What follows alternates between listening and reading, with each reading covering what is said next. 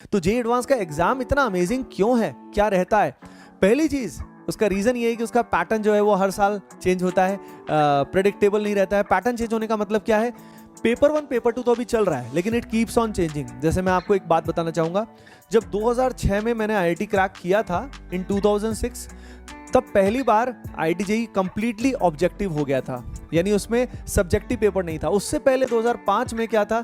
2005 में पहले IIT screening होता था जिसमें ऑब्जेक्टिव पेपर होता था, और उसके बाद उसमें जो स्टूडेंट्स क्वालिफाई करते थे उनका आईआईटी मेंस होता था जो सब्जेक्टिव देते थे, यानी रिटन पेपर होता था, राइट? तो 2005 में तो मैंने आईआईटी को क्रैक किया था सेकंड अटेम्प्ट में एज अ ड्रॉपर। मैं ऑनेस्टली आपको बताऊंगा कि मैंने पहले अटेम्प्ट में क्रैक नहीं किया था, सेकंड अटेम्प्ट में क्रैक किया था IIT JEE, and then I got into IIT Roorkee.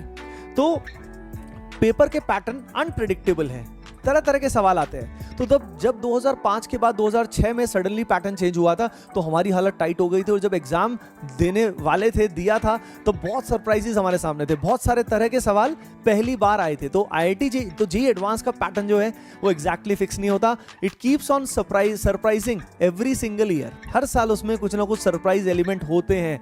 तो वो सरप्राइज एलिमेंट किस तरह के होते हैं? तो देखो, बहुत तरह के क्वेश्चंस जेईई एडवांस में पूछे जाते हैं। वहां पे जो सिंगल करेक्ट वाले क्वेश्चंस होते हैं वो भी आते हैं। मल्टीपल ऑप्शन करेक्ट का मतलब क्या है कि भाई आपको मान लीजिए 4 ऑप्शन दिए ABCD, हो सकता है आपका जवाब AB हो सकता है ACD हो सकता है BC हो सकता है BCD हो।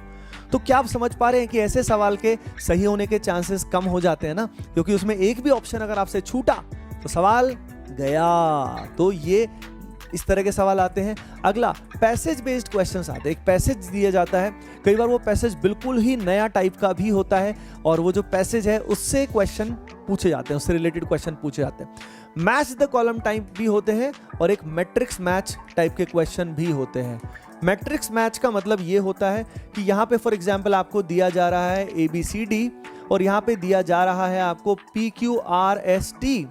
अब हो सकता है ये जो A है इसका ऑप्शन PQR आ जाए, B का हो सकता है S और R आ जाए। तो इस तरह से मैट्रिक्स मैच क्वेश्चन भी होते हैं। ये मैट्रिक्स मैच वाले क्वेश्चन बहुत अमेजिंग होते हैं। उसके अलावा इंटीजर बेस्ड या न्यूमेरिकल वैल्यू टाइप क्वेश्चंस भी आते हैं।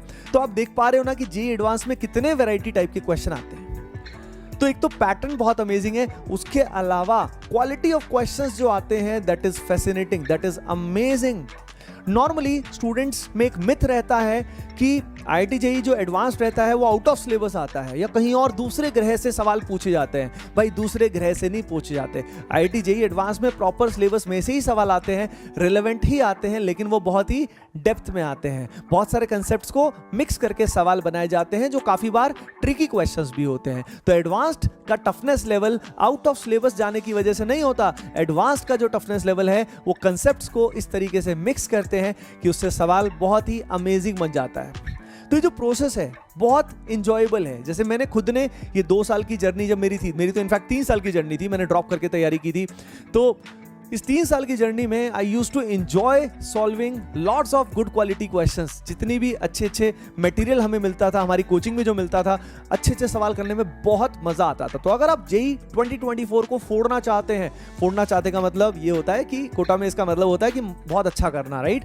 तो अगर आप बहुत अच्छा करना चाहते हैं तो पूरे 2 साल की जर्नी में जितने अच्छे क्वालिटी सवाल करोगे उतना आपका प्रिपरेशन लेवल बढ़ता जाएगा।